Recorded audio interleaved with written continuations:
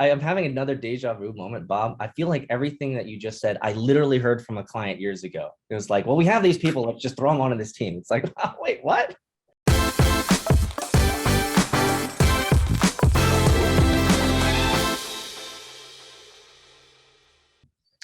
Welcome, everybody, to another episode of Real Agile or BS. I'm your host, Peter Saddington, with my co-host, Bob Hartman from Agile for All. We love answering all of your amazing Agile and Scrum questions and even beyond.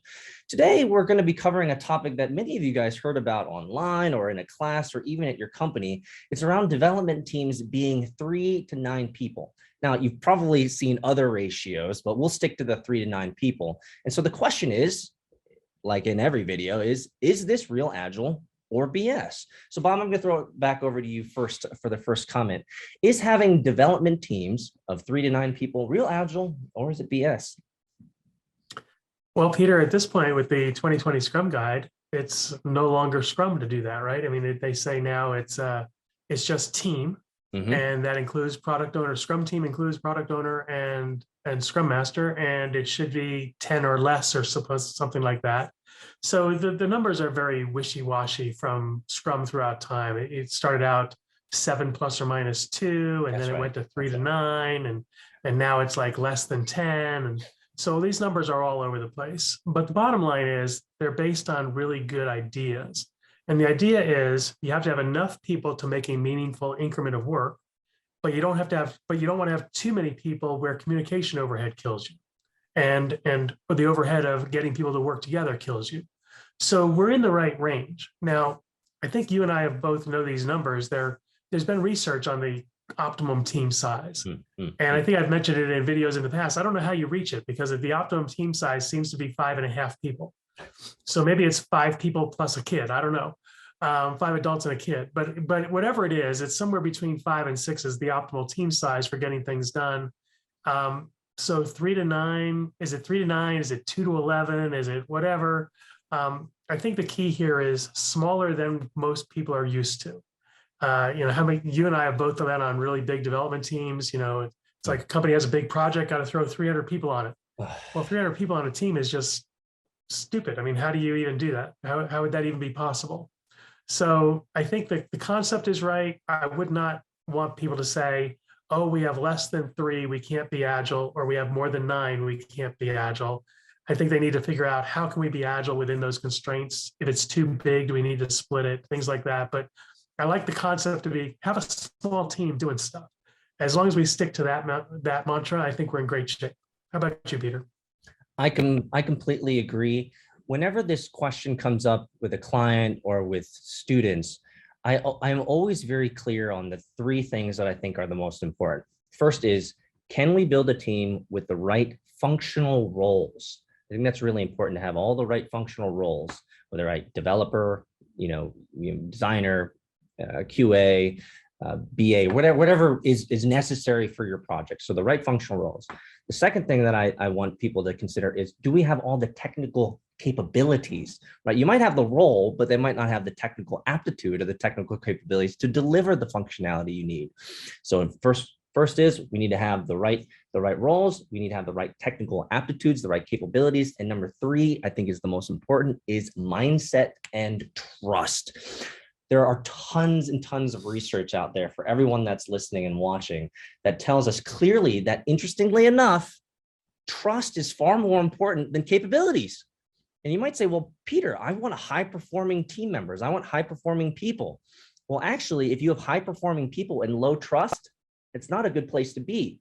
The Navy SEALs, in an example, and you guys can Google this later, Navy SEALs found that the most effective teams are teams that are around 5 to 6 people, and they have medium capabilities, but high trust, because they'd rather be able to have that trust to ensure that everyone's got each other's back, that when they're in the middle of a firefight, that they're going to make it out right.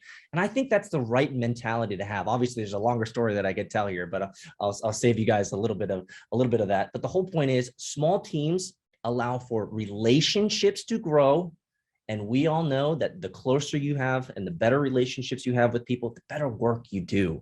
And so that's the key driver that I try to leave people with. I feel like I'm having deja vu, Bob, because I feel like we've already talked about this at some level in some of our other videos, our Real Agile and BS videos. But guys, remember, small teams is the best for creating relationships, growing trust, and then figure out the right roles and the right technical capabilities. And you should be able to formulate through team formation the right team that makes sense to you. Obviously, large teams are no good. So that would be my color commentary there. I'll throw it back to you, Bob, for any final words. Well, I think, Peter, you mentioned the right functional roles, and I think that's important for people to recognize. When we use the phrase development team, and when Scrum uses that phrase, it doesn't just mean it's software development people. It's testers, it's documentation, it's business analysts, it's all of those people.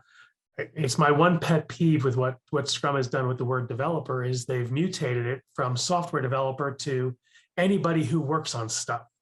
And is anybody who works on stuff a developer? Technically, the word is correct. But in our context, the word is completely wrong. And so I want people to be sure that they recognize we're not talking just software developers in this particular number. We're talking everyone that's required to create a product increment. All of those other roles have to be rolled up into that team. It can't just be 5 developers that are software developers, and then we add 3 testers and 14 these and 12 of those, and we've got a team of 30 again. No, it's a small team that as a unit makes stuff happen. I literally felt like the important thing is everything you just said. I am having another deja vu moment, Bob. I feel like everything that you just said, I literally heard from a client years ago. It was like, well, we have these people, let's just throw them onto this team. It's like, oh, wait, what?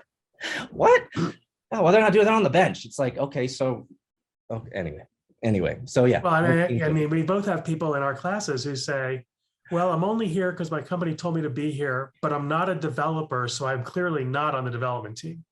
I'm like, oh, well, what is your role? I'm a tester. And it's like, I don't have any more hair to pull out. I mean, I don't know what to do at that point other than say, we need to have a chat. That's why you have the cat. You can start plucking the cat's hairs as part of like a stress mechanism. So guys, again, we're 2 men, 2 agilists in the field that have opinions, but you guys might. And a cat. Oh, and a cat. And we have opinions. Your opinions might differ from us. That's why we put them out there. We want you guys to know our ideas, and so that you guys can get value from them or give us color commentary as to why we may be wrong. So guys, feel free to smash the like button, subscribe, leave a comment, or join us in our forums at agileforall.com. Thanks so much for joining us in another episode of Real Agile or BS. We'll see you guys in the next one.